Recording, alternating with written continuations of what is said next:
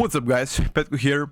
Today we're going to talk about 11.07 final class changes. As you guys were part of the past videos, I told you these are to be expected this week. Finally, the time has arrived today. We're going to talk about what is coming next week on Tuesday or Wednesday.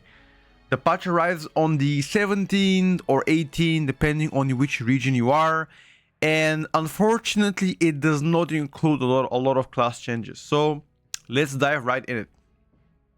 First, starting with Unholy DK. Unholy DK is currently doing actually still great in Mythic Plus. Rating wise, I wouldn't say that good. So they're trying to balance that a lot more around rating.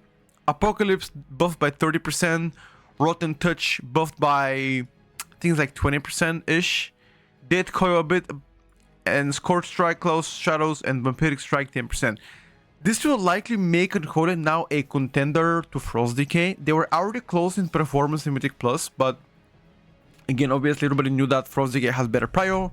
So now Unholy might get, close to that performance, I guess. But single target wise, I'm uncertain if those are going to be enough to close the gap between Frost and Unholy currently. But nonetheless, Unholy was, before the buffs, great choice for Mythic Plus. Now it's going to be even better. It could climb to the A+ tier. I will update the tier list tomorrow, by the way, on YouTube. Demon Hunter. Actually, very surprising small buffs with Demon Hunter. I expected a lot more, but as you can see, Fail Blade by 10%, the Hunt by 10%, that's initial damage only. Chaos Strike Annihilation by 10%, and Demon's Bite, Demon Blade by 10%. Again, much needed changes for Demon Hunter. I expected a lot more for Havoc. That's pretty small buffs, but I'll take it. Devastation Evoker. This is the 4th buff of Death Evoker in a row. All damage by 4%. Very good. Fire by 20%. So pretty much what they're trying to tell us here is they knew all along that it's behind, and now they're trying to, kind of balance it and try to push it around like the middle part of the tier list in a way. I think Death Evoker is a better choice for rating than it is for Mythic Plus. I think Augmentation is most definitely the dominator when it comes down to like which spec is better, at least in Mythic Plus. So Pyre damage increase is actually great because it doesn't, improve your AoE performance. But single target here on Death Evoker and then plus performance is still a little bit questionable here. I would like to see more buffs towards it, but definitely walking in the right direction. I think it's gonna climb to a B+/lower A tier right now. Hunter. I did not expect Hunter buffs, but trick shots damage increase from 65 to 75. This is actually immense. It's gonna make their sustained AoE damage much better. Now keep in mind their burst AoE damage was already good, but when they had no cooldowns, especially on like single target and AoE, I mean, I would say more of a single target than AoE, they were doing really bad. Now, this is going to close the gap for AoE on a single target. However, I still don't like them off cooldowns. They're really awful. With Mythic Plus build. Raid build, they're fine. Razor Fragments, if you're playing that build, that's fine, I guess. It might now force you to play it. And then Dark Ranger buffs, which I am uncertain if that's going to be the play for Mythic Plus yet. Because they buffed it. I think this is the 3rd buff in a row for Dark Ranger. We'll see. Holy Paladin buffs. Consecration damage by 30%. Saved by the Light, absorb amount buffed as well. Veneration now transfers more healing. Lightsmith tempered in battle no longer activates while the Paladin is within crowd control. And that's actually whatever, I guess. Oh, if you get stuns, tank in Mythic Plus, I think it's more like PvP stuff. Actually, not sure. Yeah, maybe. Holy Priest buffs, Flash Heal, Holy Fire, good. They needed that. They might now get close to the B tier. They were the least performing healer, in my opinion. Now those buffs are obviously always welcomed. I wanted to see this Priest nerfs so that the Holy can catch up. Unfortunately, they didn't think this was, OP enough to nerf them. I know, but yeah. I also wanted to see, anyway, I'll talk about it later in the video. Shaman. Only Restoration Shaman changes. Very surprised here. I expected enhanced Shaman nerfs. I'm honest here. I was sure they're gonna nerf enhance. They didn't care. in their mind, enhanced was fine. So here it is. Enhanced stays 11. It stays the same. 1107 likely it's going to remain the best DPS spec. Surging totem mana cost reduced by 25. Again, better mana generation, better mana management of Mythic Plus. Not bad, but then again, this priest is superior, especially in damage department. So there's no reason for you to play Resto Shaman, especially when you have enhance on top of it.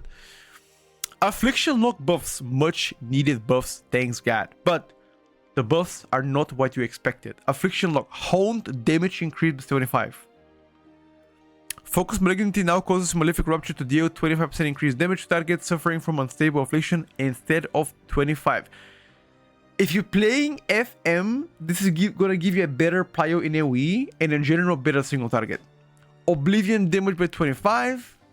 Xavier's Gambit increases the damage of your unstable affliction by 20, was 15. Again, question mark. Why buffing UA?